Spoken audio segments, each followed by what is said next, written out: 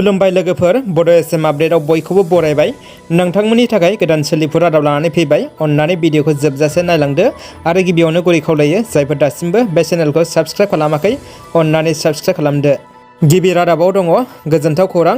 आसाम सरकारा मैया 15 मे खालाराव आसाम एसेम्बली केबिनेट जथुमनि गेजेरजों बिटिआर, कार्बि आंलं आरो डिमा हासावनि चिफ एग्जिकिउटिभ मेम्बारफोरखौ केबिनेट मिनिस्टारनि समान मान मर्यादा होदों। बे बुब्लियावनो बिटिआरनि चिफ मानाव गेदेर प्रमद बर'आ केबिनेट मन्थ्रिनि समान मान मर्यादा मोननायखौ गोजोननाय फोरमायदों आरो आसामनि गिबि मन्थ्रि डक्टर हिमन्त बिश्व शर्मा बिथांखौ ससियेल मिडियानि गेजेरजों साबायखर बावहरदों। गुबुन फारसेथिं बिटिआरनि चिफ मानगोनां प्रमद बर'आ बड'फा नोगोराव लुफुंनाय बिटिआरनि एमसिएलए हस्टेल एम रेसिडेन्टनि लुनाय बिल्डिं न' कन्स्ट्राक्शनखौ नायगिदिंना थाबैनो मावफुंनो बिथोन होदों।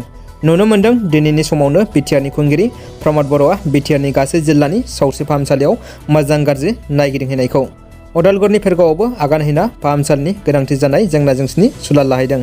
दुखुनांथाव खौरां, बिटिआरनि राजधानी क'क्राझाराव जादों मोनसे खारसि बेरसि दुखुनांथाव जाथाय। सासे बर' थिखादारखौ दुथाङा देगारजों सुथारनानै गालांदों आरो सासेखौ गोब्राब जोखोम खालामदों। बे जाथायखौ लानानै ओनसोलाव गोजोन गैयै थासारि सोमजिदों। खौरांनि बायदिब्ला मैया 19 मे बुधबारखालि मोनानि 10:30 रिंगासो समाव क'क्राझार सहरनि थागिबि शिब प्रसाद ब्रह्मखौ न'नि लांगोनायावनो गाग्लोबना देगारजों सुथारना जिउ फोजोबलाङो आरो सासेखौ गोब्राब जोखोम खालामलांदों होनना मिथिनो मोन्दों। दा बे जाथायनि दायनिगिरि दिपु नार्जारिखौ पुलिसआ रुनिकाटानिफ्राय हमबाय। जाथायखौ लानानै सोमजिदों ओनसोलाव गिखांनाय थासारि।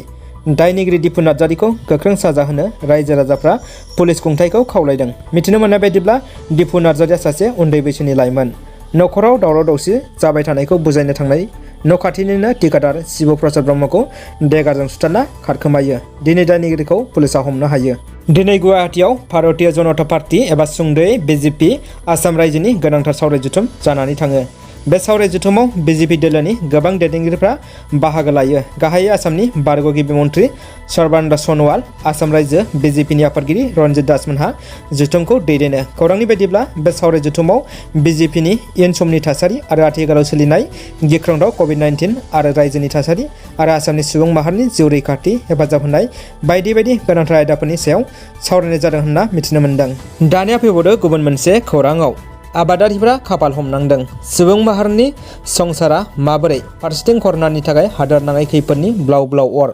बे समाव हाथाय बाजार, गारि मटर, थांलाय फैलाय, हान्था मेला गासिबो बन्द'। आबादारिफोरा दुब्लियावनो आद्रि जादों। गोबां मिजिङै लाइमोनफ्रा गोबां हायाव थरमुस आबाद मावनाया साप्लाय जायैयाव फाननो हायैयाव लाइमोनफ्रा लामा सामा थरमुस फिथाइफोरखौ गाख्रुबदों। बाजारनि आंखालाव आद्रि जादों रोजा रोजा थरमुस फिथाइफोरा। फारसेथिं सरकारनिफ्राय हेफाजाबनि खौरां फोसावदोंबाबो बे समाव आबादारिफ्रा हेफाजाब मोनाखै होनना बुंदों। दानिया फैबावदो गुबुन मोनसे खौराङाव। आसामनि गिबि मन्थ्रि डक्टर हिमन्त बिश्व शर्मा बिथाङा दिनै बरपेटायाव थानाय फखरुद्दिन आली आहमेद मेडिकेल कलेज हस्पिटालाव हरखाबै नायगिदिंफैदों। देहा फाहामसालिनि फाहामथाय, गोनांथि मुवा बेसाद आरो कभिड-19नि बेरामिफोरखौ खौरां लाफैदों आरो सावस्रि फाहामगिरि मावथिफोरजों गिबि मन्थ्रिया गोनांथार बाथ्राखौ सावरायलायदों होनना मिथिनो मोन्दों। हादोराव कर'ना जिउसानि थासारिजों सुबुं माहारिया हालाय हाफाय जानांनाय थासारिनि समावनो गुबुन मोनसे ब्लेक फांगास मुंनि जिउसानि गाग्लोबनाय खौरां मोननाय जादों। राजस्थान रायजोआव ब्लेक फांगासनि 700 केसआ सोराङाव फैदों। राजस्थान सोरखारा ब्लेक फांगासनि गाग्लोबनायखौ लानानै सांग्रांथि जादों। गुबुन फारसेथिं राजस्थाननि अनगायैबो हादोरनि गोबां हादरसेयाव ब्लेक फांगासनि गाग्लोबनाया गोसारबाय। मख'थावना दि राजस्थान रायजोआव ब्लेक फांगासनि गाग्लोबनायाव दासिम सा 100निबो गोबां सुबुंनि जिउ खहा जानाय खौरां मोननाय जादों। महाराष्ट्र हादरसेयावबो दासिम ब्लेक फांगासनि गाग्लोबनायाव सा 90 बेरामिनि जिउ गोमानायजों लोगोसे हादरसेयाव 1000निबो गोबां ब्लेक फांगासनि केस मोननाय जादों होननानै मिथिनो मोननाय जादों। लोगोसे हादरनि राजधानी दिल्ली हादरसेयावबो सारगंगाराम हस्पिटालाव ब्लेक फांगासनि 40 केस मोननाय जादों। मेक्स हस्पिटालनिफ्राय 25 केस आरो मुलसन हस्पिटालनिफ्राय 20 ब्लेक फांगासनि केस मोननाय जादों होननानै खौरां मोननाय जादों। रोंगौथि गोनां सुबुंफोरा फोरमायनाय बायदिब्ला ब्लेक फांगास जिउसाया जोबोरै गोख्रै गोसारो। सानथामनि गेजेरावनो गन्थंनिफ्राय मेगनसिम थांनानै मेलेमसिम गाग्लोबहैयो। बेनिखायनो थाबैनो फाहामथाय होनो नांगौ होननानैबो फोरमायदों। बेराफारसेथिं गोदान दिल्लीनि एम्सआ ब्लेक फांगासनि गाग्लोबनायखौ सांग्रांथिबो फोसावना होदों आरो नेमखान्थिबो फोसावना होबाय। दानिया फैदो जोबथा खौराङाव।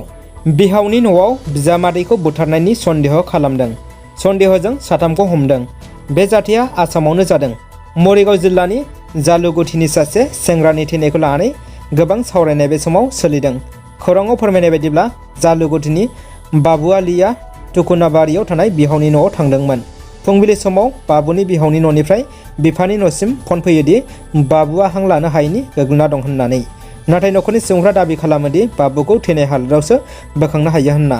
बाबु आलिया दोंसे फिसा बेलजों फासि नांदोंमोन होनना बिहावनि न'खरा बुंथिनायनि उल्था फारसे बाबुनि न'खरनि सोद्रोमाया दाबि खालामोदि बाबुनि गोथै सह'खौ न'नि बिसिनायावसो मोननाय जादोंमोन आरो बिनि सेन्देलखौ न'नि उनथिं थानाय औवानि खाथियावसो मोननाय जादोंमोन होनना।